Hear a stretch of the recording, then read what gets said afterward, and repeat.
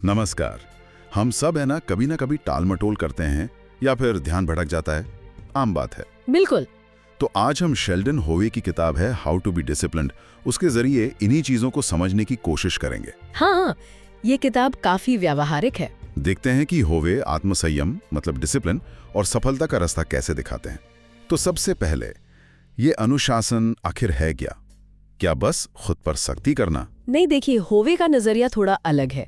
उनके लिए ये कोई सजा या बोझ नहीं है। अच्छा। हाँ, वो कहते हैं कि ये एक चुनाव है। उनकी एक बात है कि अनुशासन तब होता है जब आप चुनते हैं कि आपको अभी क्या चाहिए और आपको सबसे ज्यादा क्या चाहिए। अभी क्या चाहिए बनाम सबसे ज्यादा क्या चाहिए। बिल्कुल। मतलब छोटी छोटी जो फौरी इच्छाएं होती है ना, उनके ऊपर अपने बड़े लक्ष्यों को चुनना, ये एक एक्टिव चॉइस है। ये परिभाषा तो दिलचस्प है, मतलब सिर्फ रोकना टोकना नहीं। नहीं। तो सवाल ये है कि भाई इस चुनाव को रोज कैसे करें, रोजमर्रा की जिंदगी में। यहीं पर वो इच्छा शक्ति, विल पावर की बात आती है अक्सर। हाँ बिल्कुल, होवे का एक मेन पॉइंट यही है कि सिर्फ इच्छा शक्ति पर टिके रहना बहुत मुश्किल है। क्यों? क्योंकि वो सीमित होती है, मतलब दिन भर में कम ज्यादा होती रहती है, थक जाती है। तो इसके बजाय वो आदतों की ताकत पर जोर देते हैं। आदतें, हैबिट्स। हाँ, आदतें। क्योंकि आदतें जो हैं वो स्वचालित होती हैं, ऑटोमेटिक, उन्हें उतनी विल पावर की जरूरत नहीं पड़ती। उन्होंने आदत बनाने के 3 सिंपल स्टेप्स बताए हैं: संकेत, फिर क्रिया और फिर इनाम। अच्छा, ट्रिगर, रूटीन, रिवॉर्ड वाला सिस्टम।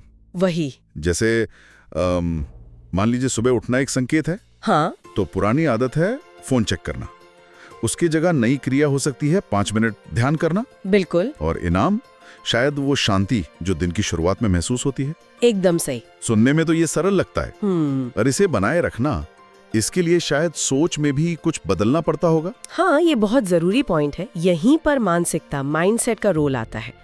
होवे कहते हैं कि सिर्फ आदत बनाने की कोशिश करना काफी नहीं होता। तो फिर लंबे समय तक अगर बदलाव टिकाना है तो खुद को एक अनुशासित व्यक्ति के तौर पर देखना शुरू करना होगा। मतलब अपनी पहचान बदलना। हाँ, कुछ वैसा ही। जब आपकी पहचान ही वैसी बन जाती है तो आपके काम अपने आप उस पहचान से मेल खाने लगते हैं।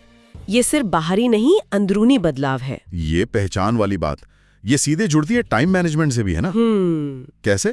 क्योंकि अगर कोई खुद को अनुशासित मानता है तो वो चाहेगा कि अपने समय का सही इस्तेमाल करे। हाँ, सही बात है। और होवे ने इसके लिए कुछ तरीके भी सुझाए हैं, जैसे वो पोमोडोरो तकनीक या कैलेंडर ब्लॉकिंग। हाँ, प्रैक्टिकल टूल्स दिए उन्होंने ताकि समय पर थोड़ा नियंत्रण रहे। मुझे उनकी एक बात बहुत अच्छी लगी थी कि अनुशासन ज्यादा चीजें करने के बारे में नहीं, हाँ, ये सही चीजों को निर्मम, निरंतरता के साथ करने के बारे में है। बिल्कुल। मतलब क्वालिटी ओवर क्वांटिटी और लगातार। बिल्कुल।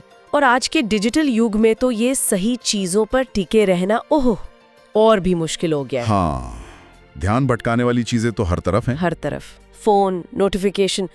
तो होवे के सिद्धांतों को लागू करने का एक अहम हिस्सा है इन भटकावों से निपटना। जैसे चाहे वो फोन पर ऐप का इस्तेमाल लिमिट करना हो या दिन का कुछ समय तय करना हो बिना किसी डिस्टर्बेंस के गहरे काम के लिए, डीप वर्क जिसे कहते हैं। फोकस बनाए रखना। हाँ, फोकस रखना अब अनुशासन का एक बड़ा हिस्सा बन गया है। लेकिन अनुशासन का रास्ता हमेशा सीधा तो नहीं होता। हम सब कभी ना कभी फिसलते हैं, है ना? फेल होते हैं। हाँ।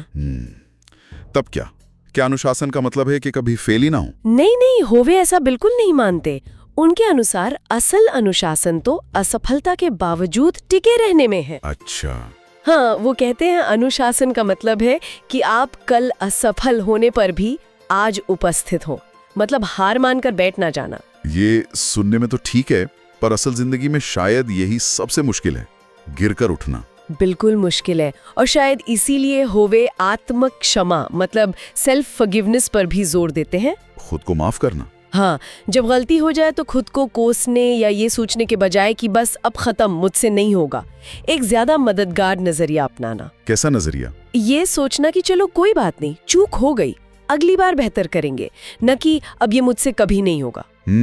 अगली बार, न कि फिर कभी नहीं। हाँ, ये नजरिया हमने गलतियों से सीखने और दोबारा कोशिश करने की हिम्मत देता है, जो अनुशासन बनाए रखने के लिए बहुत जरूरी है। तो अगर हम होवे की किताब के मुख्य संदेशों को जल्दी से दोहराएं, अनुशासन इच्छा शक्ति से बेहतर है क्योंकि ये आदतों पर टिका है।